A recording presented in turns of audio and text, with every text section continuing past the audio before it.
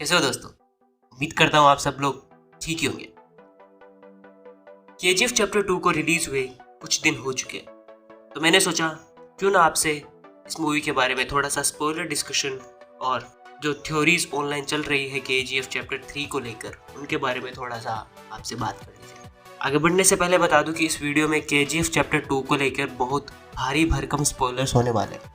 अगर आपने मूवी नहीं देखी है तो प्लीज़ इस वीडियो से अभी आप जा सकते हैं, बाद में मूवी देख के वापस आ जाना। अगर आपने मूवी देख ली है तो चलिए हम थोड़ा सा स्पॉइलर डिस्कशन करते हैं, एंडिंग एक्सप्लेन और थ्योरीज को भी डिस्कस कर लेते हैं। तो बिना ज़्यादा टाइम वेस्ट किए लेट्स गेट स्टार्टेड।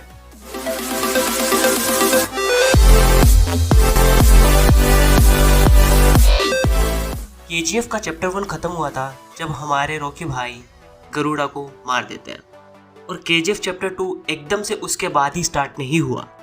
यानी कि वहाँ से स्टार्ट नहीं हुआ कैसे रॉकी ने उसको मारा और कैसे रॉकी के लोग थे उन्होंने उसके गार्डों को मारा और रॉकी ने केजीएफ पे अपना कब्जा किया, बल्कि हमें ये दिखाया गया कि उसको कब्जा किए हुए थोड़ा सा टाइम हो चुका है और उसके बाकी के जो पार्टनर्स हैं वो उससे मिलने आए हैं। लेकिन उन पार्टनर्स को लगता है कि वो मिलने जा रहे हैं गरुड़ा के छोटे भाई से, लेकिन उन्हें वहाँ जाके पता चलता है कि असलियत में रॉकी ने केजीएफ पे कब्जा कर लिया।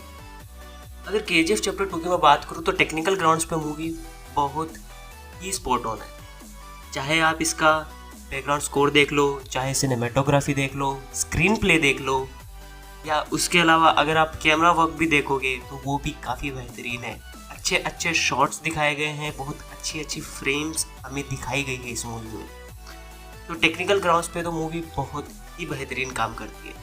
लेकिन टेक्निकल डिपार्टमेंट में जो मेरी एक शिकायत है मूवी से वो है इसकी एडिटिंग। इसकी एडिटिंग पहले पार्ट की तरह ही है। पहले पार्ट में भी बहुत फास्ट पेस्ड एक्शन, बहुत कट्स वाला एक्शन था, और मैं ऐसे एक्शन का ज़्यादा फैन नहीं हूँ। इस मूवी में भी उन्होंने वही चीज़ वापस की है। हालांकि इंटरवल के बाद थोड़ा सा ये चीज़ कम हो जाती है तो आप एक्शन को अच्छी तरह से देख सकते हो। मुझे याद है इंटरवल से पहले एक कार चेस सीक्वेंस आता है, उसमें वो ब्लैकआउट करते हैं, फिर वो चेस सीन दिखाते हैं। वो सीन तो मुझे बिल्कुल पसंद नहीं आया। मुझे ऐसा लग रहा था कि ये सीन बहुत अच्छा हो सकता था, लेकिन कुछ लोगों को हो सकता है कि वो चीज़ पसंद हो, कट हो के वापस आना। मुझे वो जो जर्नी है वो देखनी ज़्यादा पसंद है, लेकिन वो हमें यहाँ पे देखने को नहीं मिली। इसके अलावा अगर मैं बैकग्राउंड स्कोर की बात करूँ तो बैकग्राउंड स्कोर भी पहली मूवी की तरह बहुत अमेजिंग है, लेकिन कहीं कहीं पे कुछ सीन्स पे वो इतना ज़्यादा लाउड हो जाता है कि आपको कुछ सुनाई नहीं देता है। हो सकता है कि ये जिस थिएटर में मैं देखने गया था वहाँ की मिस्टेक हो। आप मुझे कमेंट्स में ज़रूर बताना कि क्या आपके साथ भी ऐसा हुआ, क्या आपने भी फील किया कि बैकग्राउंड म्यूज़िक कुछ जगहों पे बहुत ज़्यादा लाउड था। इस मूवी में हमें कुछ नए कैरेक्टर्स भी इंट्रोड्यूस किए जाते हैं, जैसे फरमान और उसकी माँ का। फरमान पे हम थोड़ा सा बाद में आएंगे। एंड में एक थ्योरी है वो मैं आपको समझाऊंगा फरमान को लेके। चाहे कुछ भी हो, चाहे मूवी की एडिटिंग अच्छी ना हो, या मूवी का बैकग्राउंड स्कोर में कहीं कहीं कमी हो, या एक्शन सीन्स भी थोड़े बहुत हल्के लगे, लेकिन एक बात तो कहनी पड़ेगी कि इस मूवी के जो डायरेक्टर है प्रशांत नील सर, उनको कैरेक्टर बिल्ड करना आता है, सीन को बिल्ड करना आता है। जिस तरह से वो हर सीन को बिल्ड करते हैं ना भाई साहब, कोई नहीं कर सकता वैसा। आपको पता चल जाता है कि क्या होने वाला है, लेकिन पॉइंट ए से पॉइंट बी की जो जर्नी है वो बहुत ही अमेजिंग तरीके से दिखाते हैं प्रशांत नील सर। जैसे कि अगर आपको याद है तो अधीरा का इंट्रोडक्शन सीन, कैसे वो ब्रिज पे आग लगी होती है, वो आग में से चल के आता है और फरमान से बात करता है। भाई साहब गूज़बम्स अभी भी आ रहे हैं मुझे। जैसे याद आया जब अधीरा और रॉकी की पहली बार फाइट होती है तो अधीरा रॉकी को शूट कर देता है, तो हमें पहली बार ऐसा लगा कि रॉकी इनविंसिबल नहीं है, रॉकी को भी कोई हरा सकता है।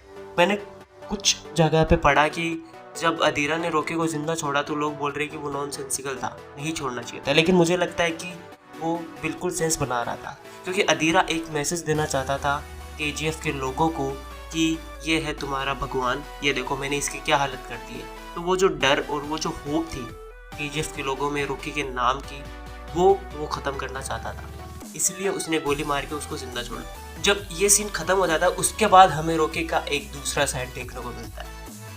जब वो अधीरा से फाइट कर लेता है तो उसे पता चल जाता है कि अधीरा को सिर्फ ताकत से नहीं हराया जा सकता, उसे हराने के लिए दिमाग का भी यूज़ करना पड़ेगा। तो वो दिमाग का यूज़ करता है, इनायत खलील के पास जाता है जो कि एक वेस्टेज कैरेक्टर था मेरे हिसाब से, और वहाँ से वो गन्स वगैरह लेके अधीरा को उसी स्टाइल में शूट करता है और उसको अपने घुटने पर लाता है।